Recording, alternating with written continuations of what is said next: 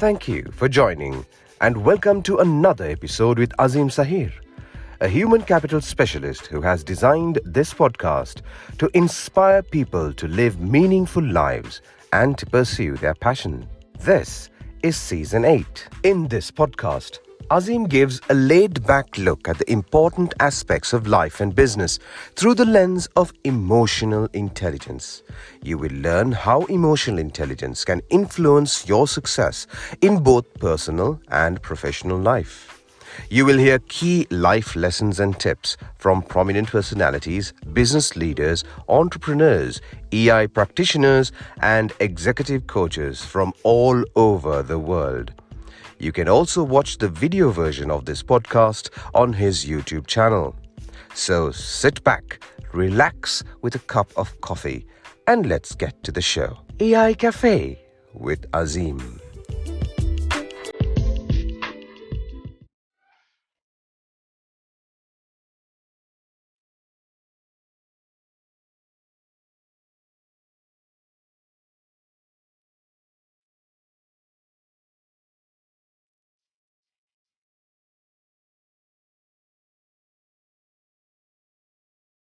We have been programmed to think that money is a scarce commodity.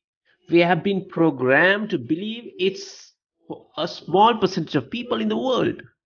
And these programs are our belief system, which directly affected how we feel, the action we take, and thus reflect in our bank accounts and how we live. Now, the statement I'm going to give you now is directly from my guest today. He says we adopt beliefs about money from our families, social cultural environment, significant life events. We think of them like scripts of a play that are handed to us. Often we don't even know who the author of our scripts. But what if we can rewrite our own money story? A very warm welcome to a brand new season and the brand new episode of Season 8 of EI Cafe with Azim. And I'm your host, Azim Sahir, a human capital specialist, a Lego series play facilitator, ICF certified PCC level coach, emotional intelligence, and emotional culture practitioner. Here we are again for another interesting episode, a 30 minutes of valuable learning. In today's episode, we are going to talk about rewiring our relationship with money. Yes, you heard the song, it's about money. And the introduction is about money. Why it's important, I think this is the right moment to talk about also. Let me give the quick introduction of our speaker for today, the guest for today. He runs a boutique practice, making behavioral science a tool more accessible. He combines behavioral science with human-centered design and system thinking to help teams with tools to think like a behavioral scientist. Don't be afraid of what the whole tagline is going to make so simple. I'm for sure that. His area of focus are social impact, financial well-being, and sustainability. He's the author of upcoming book, Money Mindset, and we are going to talk what's in it in that book today as well. Ladies and gentlemen, let me welcome Vishal George, Chief Behavioral Scientist at Behavior by Design.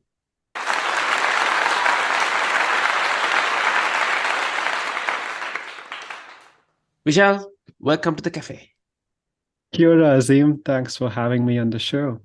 Right, brilliant. So first and foremost, Vishal, thank you very much for spending your valuable time, 30 minutes of your time with us to talk about an important topic, I guess.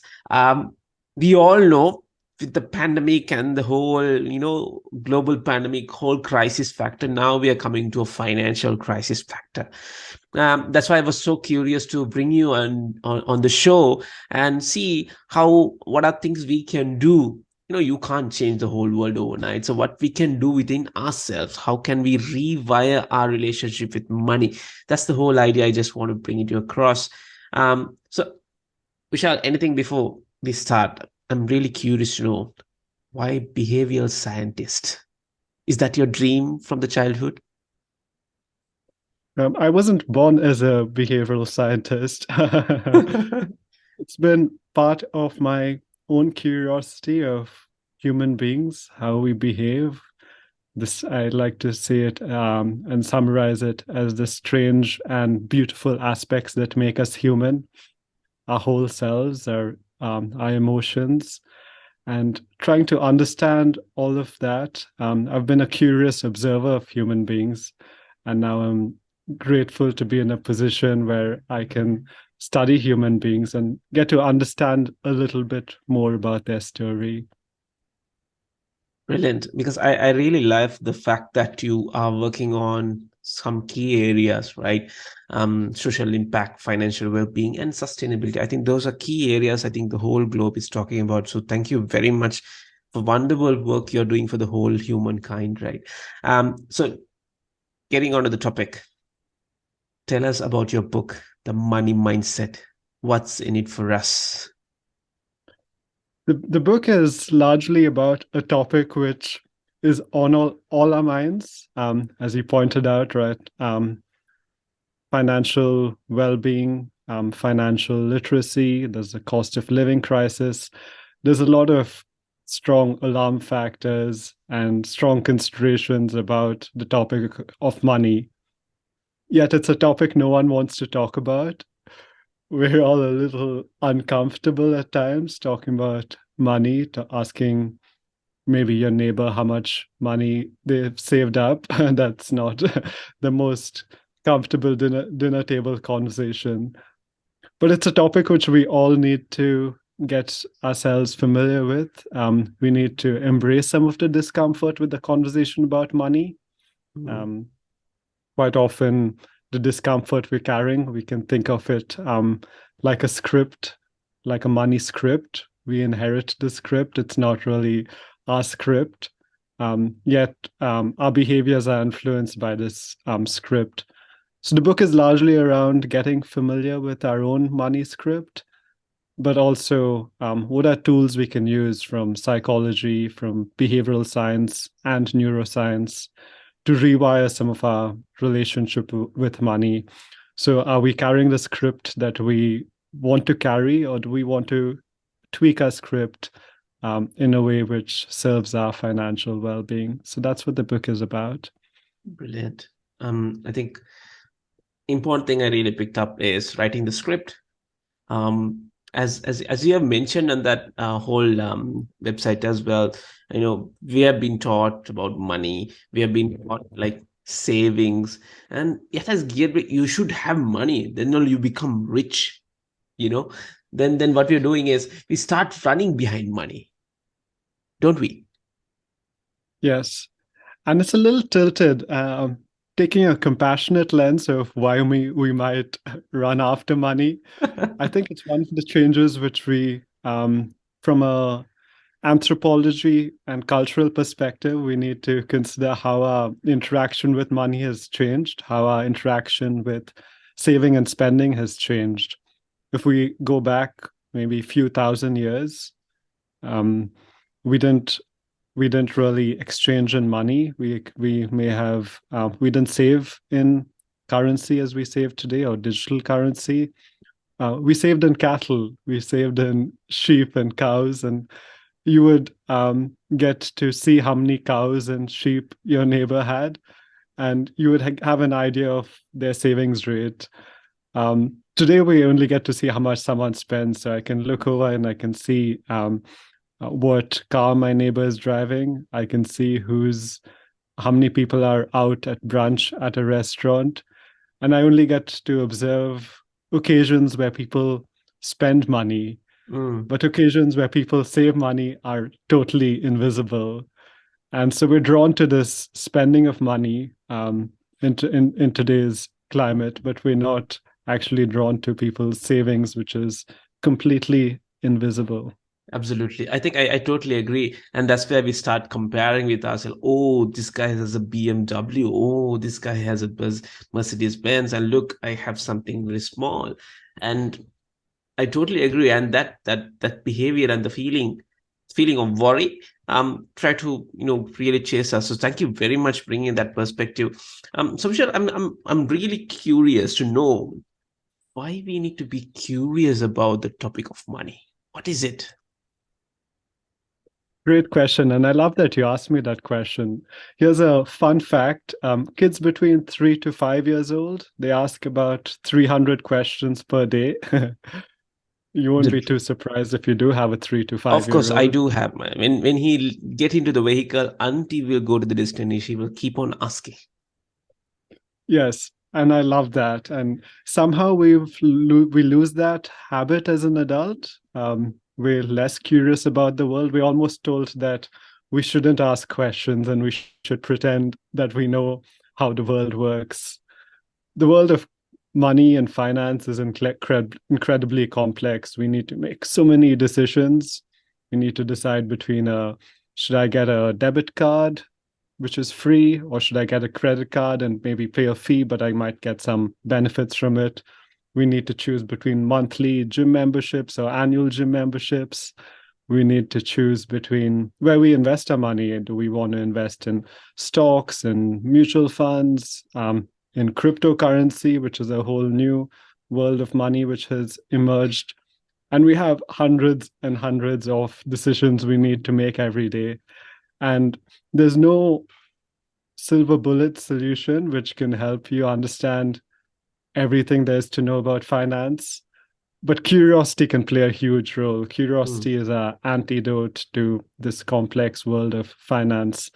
So the first mindset which I talk about in the book is the mindset of curiosity, and how curiosity can be our strength, and our superpower to get better at understanding a little bit more about the financial world.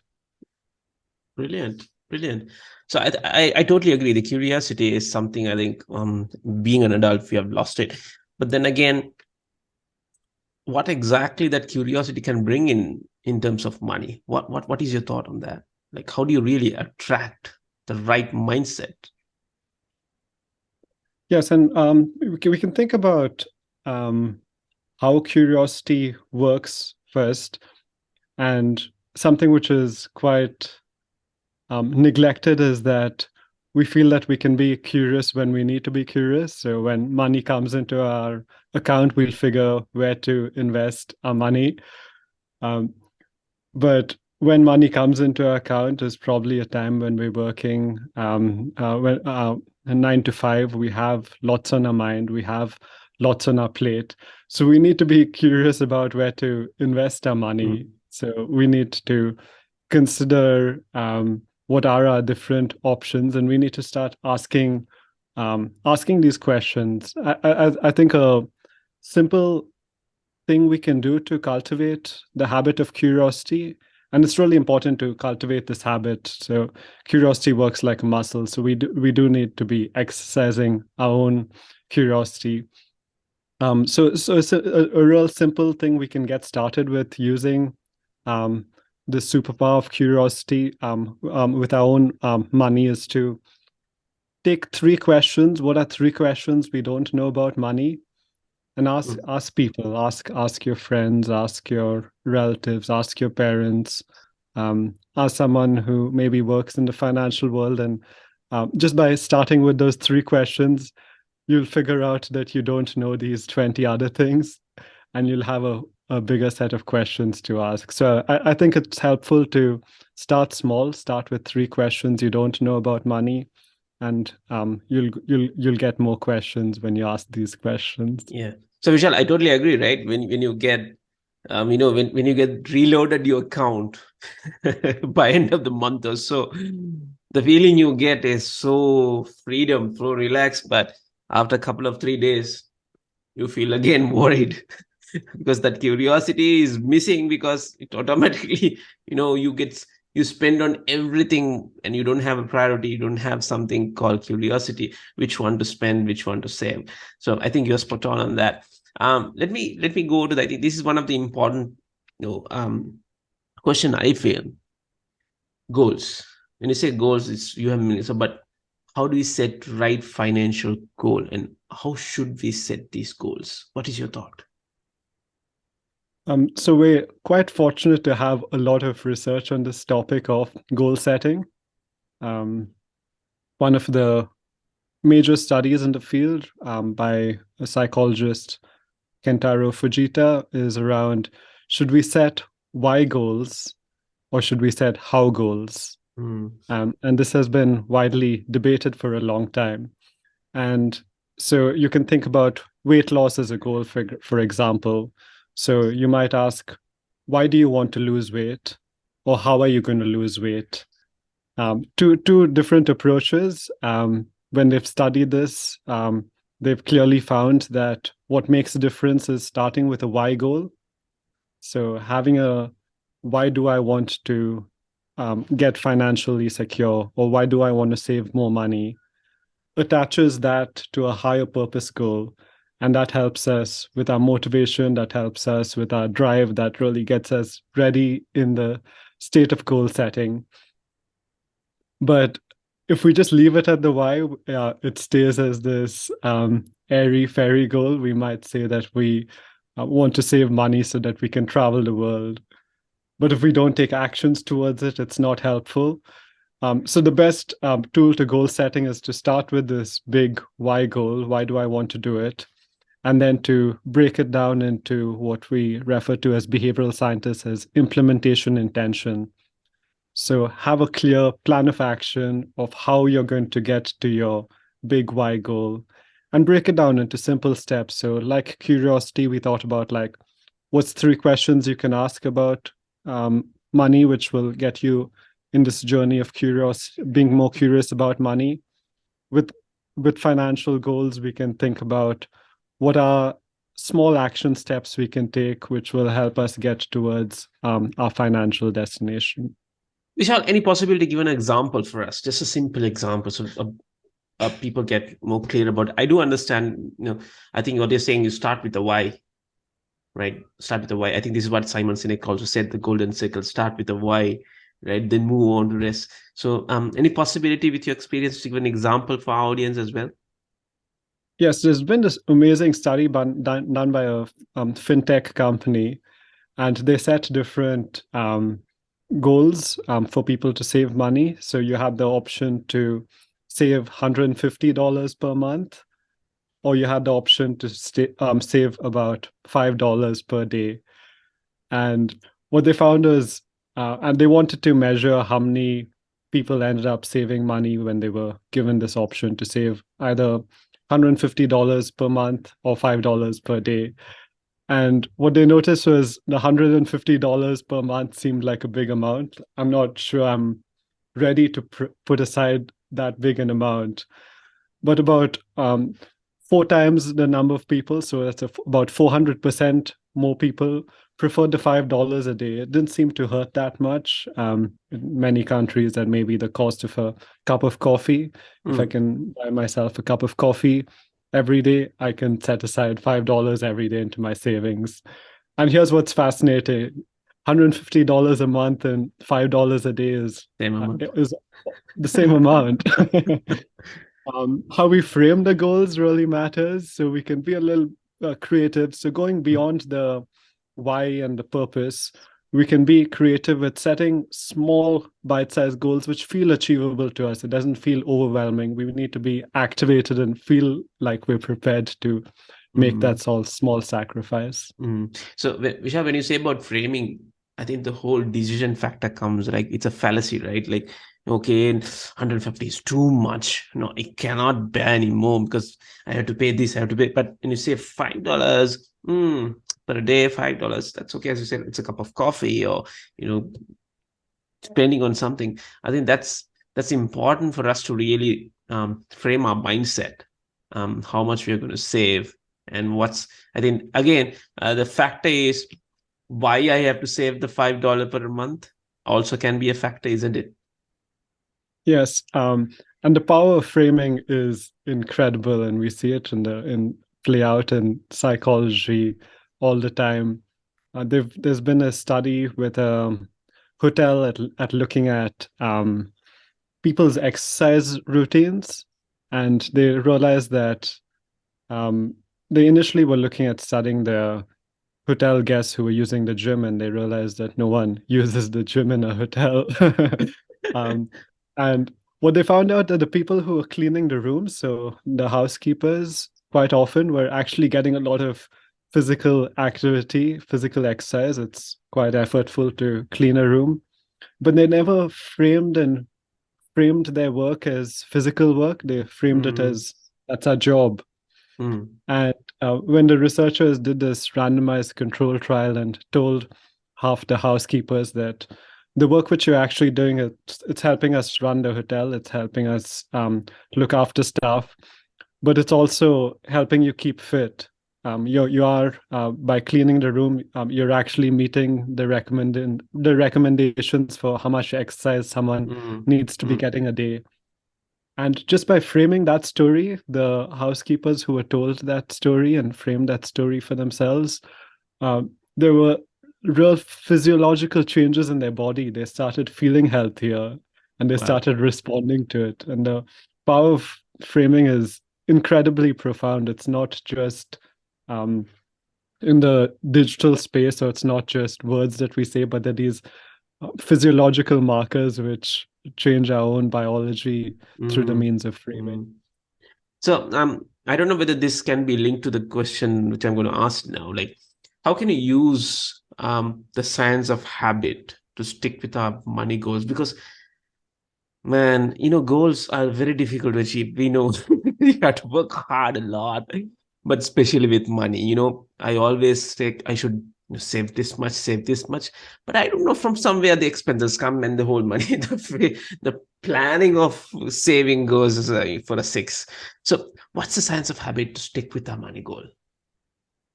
Great question. And framing does relate to this. Something which is not helpful is to frame it as a self-control issue.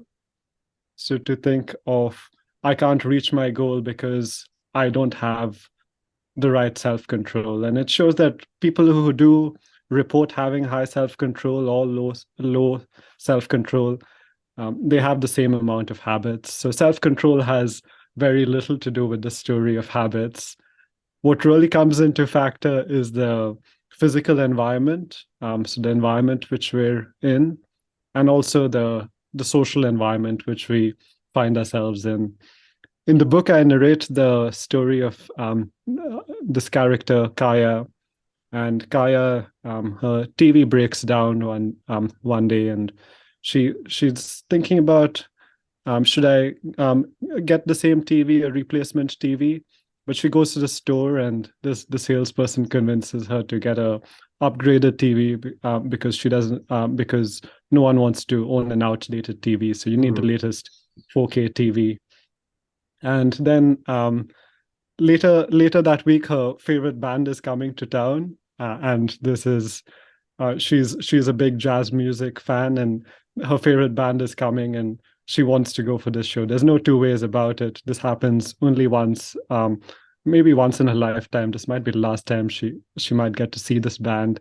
So she decides to buy tickets for this band, and while she buys the ticket, there's a pop-up which appears on the screen. She can get front row seats at a discounted price. So she decides to pay a little bit more and get front row seats as well. And the next week is her partner and her 10-year anniversary. So she decides like she needs to do something. A 10-year anniversary only comes once in a lifetime. So she decides to splurge money. And what you'll notice from all these examples in Kaya's story is these examples of what we call non-recurring expenses. We feel that they're quite rare. So our favorite musician only comes to our city once in a lifetime. But the frequency of non-recurring expenses is something which we ignore. And this is what we get from our physical and social environment.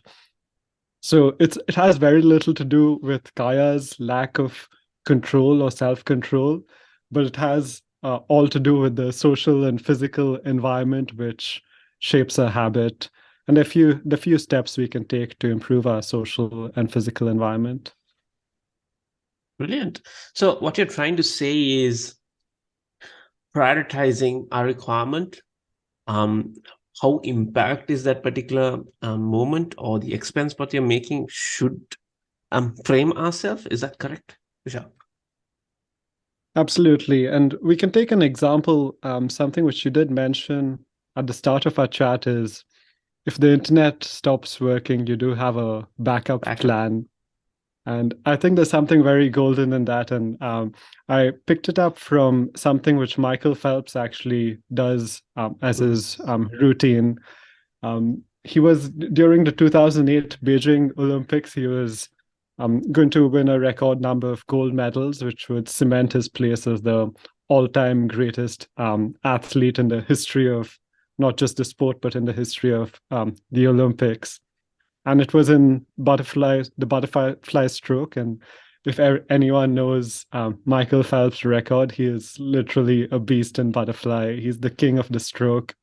There's no stopping him.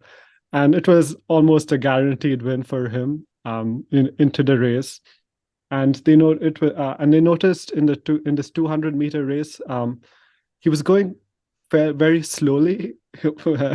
And Michael Phelps rarely goes slowly. His coach knew something was wrong right away. He was not able to accelerate ahead of his competitors.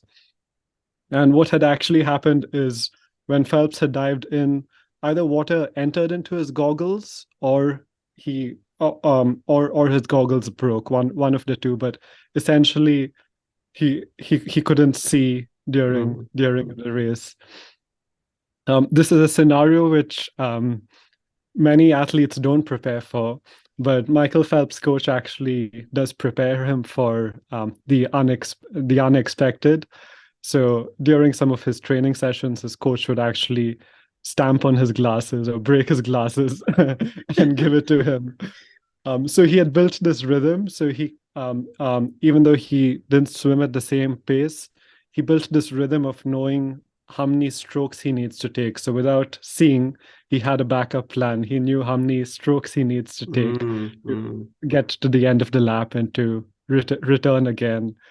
And the strategy of backup plans is incredibly powerful. It's not just for athletes. I think in our own financial lives, we're hit by many unexpected shocks. We have inflation crisis at the moment in many countries. We have a cost of living crisis. We have a lot of unemployment due to unforeseen circumstances. And these things happen at a far higher and far more recurring rate than we're aware or conscious of.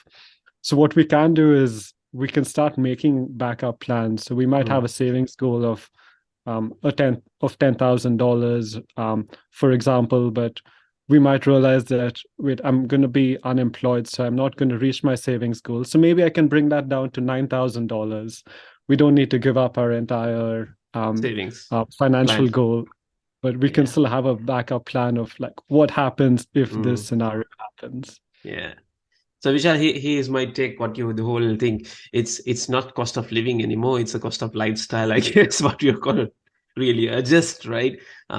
Based on, you can't stop what's happening the whole entire, and it's going to impact our feelings and the behavior. So adjust the lifestyle, until we bounce back to the normal rhythm, so we can have that goals coming in. So thank you very much putting that particular light on it. So as we are coming to the latter part of our conversation, my last question for you is, you have written this book. What I get is there are a lot of stories coming in, so you're giving a reflection through the stories, right? After writing this book, what is one thing you have changed in terms of money from your end? Great question. And I think it's always helpful to see how these processes and the process of writing a book or with your process of making a podcast, it not just influences the people who read our books or listen to our show, but also influences us. I had this big reflection from a road trip which we had done 2 weeks back, and a small stone had hit the glass and the glass broke, and it was this unexpected thing which happened. They actually happen quite often if we really pay attention. And at that moment, I had this switch, almost this process of my own rewiring. And it came from this concept from the book which I had covered on fee versus fine, influenced by Morgan Housel's book on the psychology of money. And the concept essentially is that the fee is an admission fee which we pay.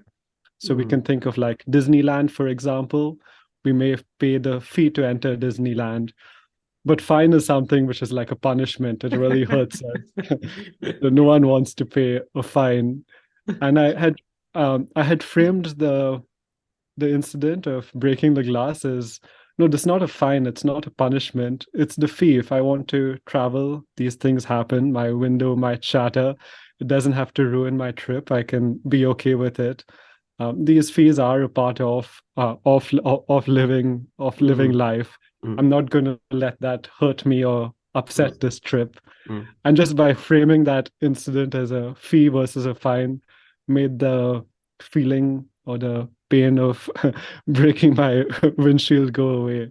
So, like, a very small insight, but it was quite meaningful and profound to be able to rewire my mindset in real time. That was a big realization that I'm not just influencing someone who's reading the book, I'm also influencing myself.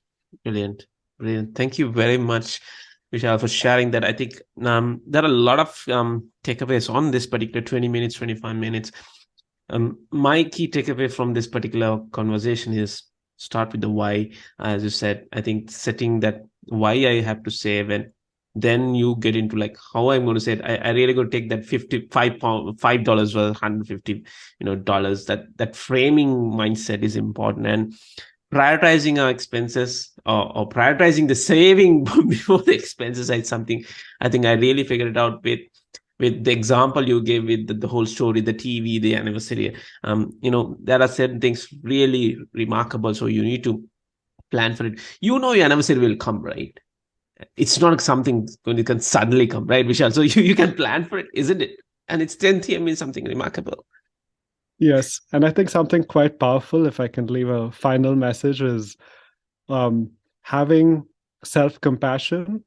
It's a very important mindset to carry forward. We may have awesome financial goals and we may have all the science, but sometimes life gets in the way, and that's okay. We may need to reprioritize on our own well-being, and that's okay. And I think self-compassion can also go a long way in helping us towards our financial well-being. Brilliant. So thank you, Vishal. So that, ladies and gentlemen, that's the time what we have. My key takeaway, as I mentioned, plan it, right? Start with the why, then get into the what factor. So a how factor. So it's important. And I like the framing. And the last part is, was it, Vishal, is it fine versus fee? Correct? Yes. Fine versus fee. That's more of life considered as it's a fee worth paying. Absolutely. So that's a real key learner for me. I think our listeners got plenty of key takeaways on this particular episode. So my humble gratitude to Vishal for checking in to the cafe and sharing some insights from his book. And it's a brilliant way and learning. So Vishal, thank you very much for checking into the cafe and sharing. Of course, you can get connected to Vishal through his social media network. LinkedIn, very active. I've not got on Facebook or Instagram yet, so let me browse into that as well. So if you want to get more insight what he do, you can log in to www.behavioralbydesign.com and /money mindset is where more information about his book. So it's coming. Any idea when it's coming, Vishal? Coming end June. So audio and brilliant and format. So I'm a very audible person, so I love to listen to your books. I'll make a mark. So thank you, Vishal. Thank you very much for your valuable time and sharing your thoughts and experience, and love the examples as well. Thank you, Azim. It's been a pleasure. Thank you for tuning in to this podcast of EI Cafe with Azim. We sure do hope you enjoyed it, and if you have any questions, please do reach out. If you haven't done so already, make sure you subscribe to the show that is available on all major podcast platforms, so you're notified when a new episode is posted. Please rate, review, and leave a comment and share it with your friends. Thank you so much for listening, and we hope you're leaving with some great insights that can help you in your daily life. Follow Azim on social media And do write to us on topics and experts you'd like to hear from, and we will try to get them on board. Goodbye for now, until we meet again on another episode of EI Cafe with Azim.